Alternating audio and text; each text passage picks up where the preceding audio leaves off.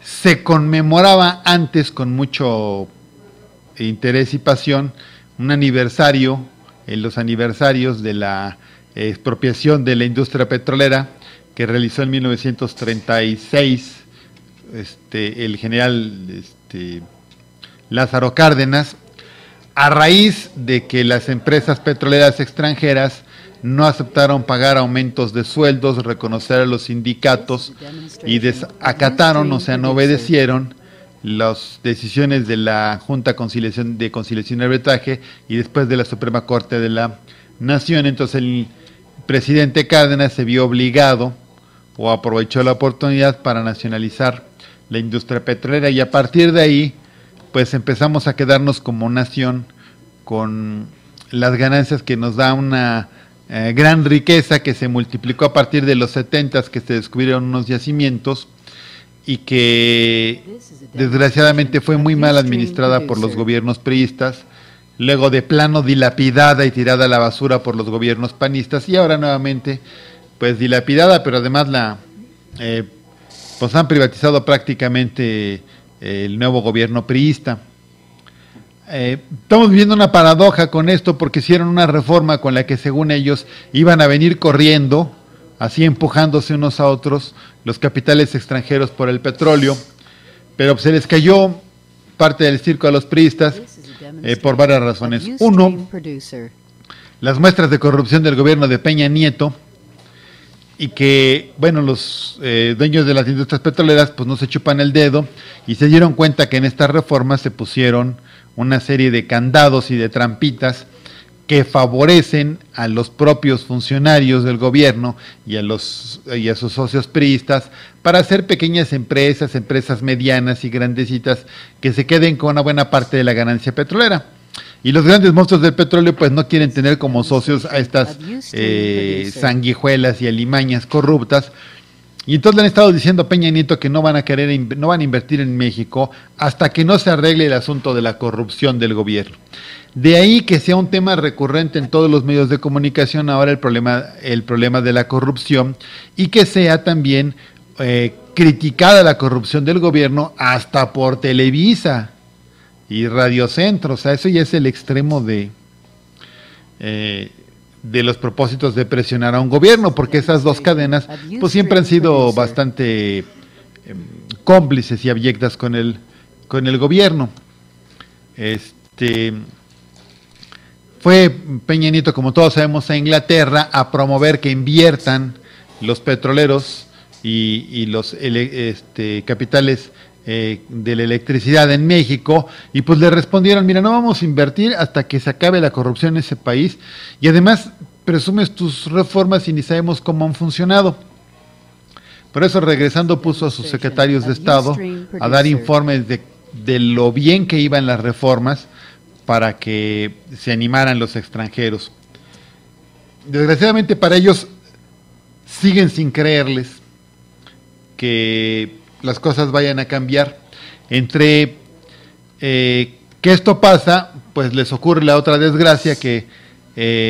Estados Unidos se pelea fuertemente con Rusia y artificialmente manipula el mercado petrolero y hace descender drásticamente los precios del petróleo, y a consecuencia de esto, pues muchos de los campos que querían concesionar o entregarle a la iniciativa privada extranjera, Peña Nieto y su gobierno, pues los capitales no quieren venir, porque cuando estaba en más de $100 el barril de petróleo, pues valía la pena buscar el petróleo en los mares profundos.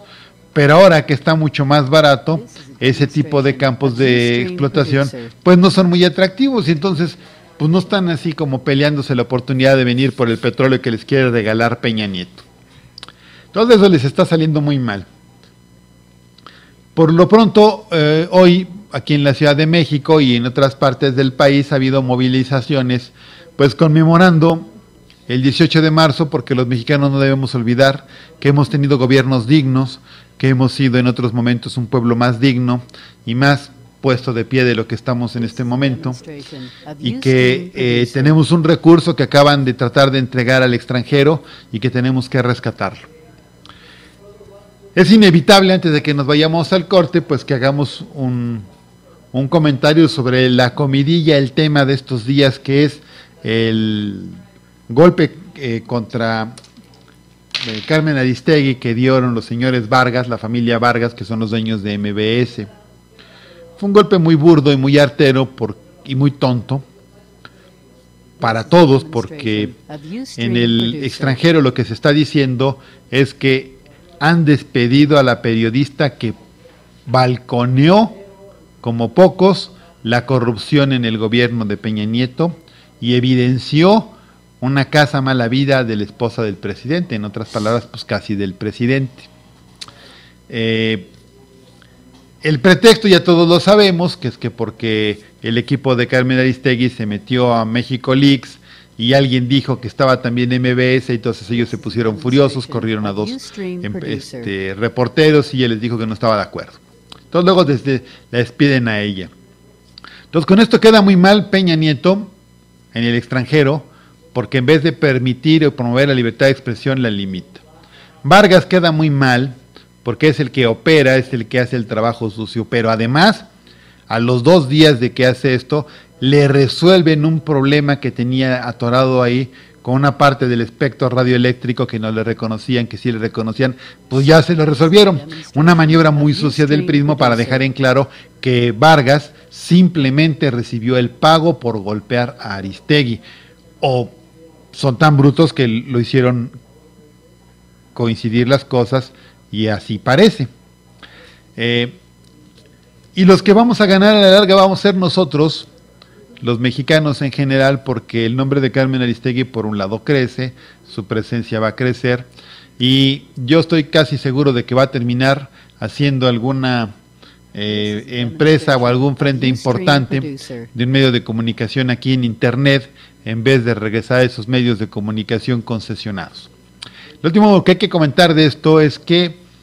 el señor Vargas recurre a los argumentos del siglo XVIII, dice, yo soy el patrón y entonces soy dueño de lo que aquí se dice. Él no es dueño de nada, tenemos que acordarnos todos los mexicanos. Él es un concesionario. Los mexicanos, la nación, es dueña del espectro radioeléctrico. Él transmite en radio y en televisión a través de este espectro del que hace rato nos hablaba también Osvaldo, el espectro radioeléctrico.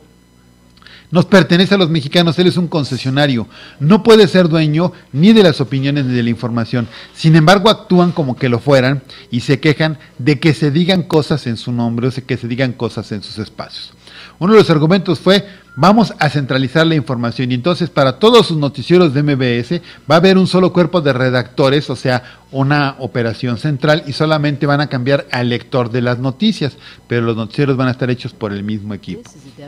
Esto es, por supuesto, eliminar la libertad de expresión, asumir que los empresarios son dueños del espectro, que son dueños de la información y que ellos pueden definir lo que se dice o no se dice en los programas de sus empresas. Esto creo que hay que cambiarlo, tendremos que levantar todos la voz, no podemos permitir que se siga asumiendo como que son dueños de todos los empresarios y que ellos pueden decidir qué vamos a escuchar y qué no vamos a escuchar. Que se les dé una concesión no los hace dueños ni de la información ni de los contenidos que ellos puedan estar transmitiendo. Y la ley desgraciadamente los hace sentir y les deja abierta la puerta para esas cosas. Por eso habrá que emigrar a internet, ojalá Carmen lo haga, están Genaro Villamil, estamos nosotros, hay muchos esfuerzos técnicos y equipos periodísticos que estamos trabajando, y esta debe ser la alternativa en vez de seguir alimentando a esos corruptos, que además, insisto, actúan como patrones del siglo XVIII y dicen, como no haces lo que yo digo, como no haces mi voluntad, entonces te despido. O sea, te dejo sin trabajo, dejo a la gente sin un servicio de información bastante más objetivo que todos los demás, porque me pega mi regalada gana. Tenemos que acabar con ese asunto.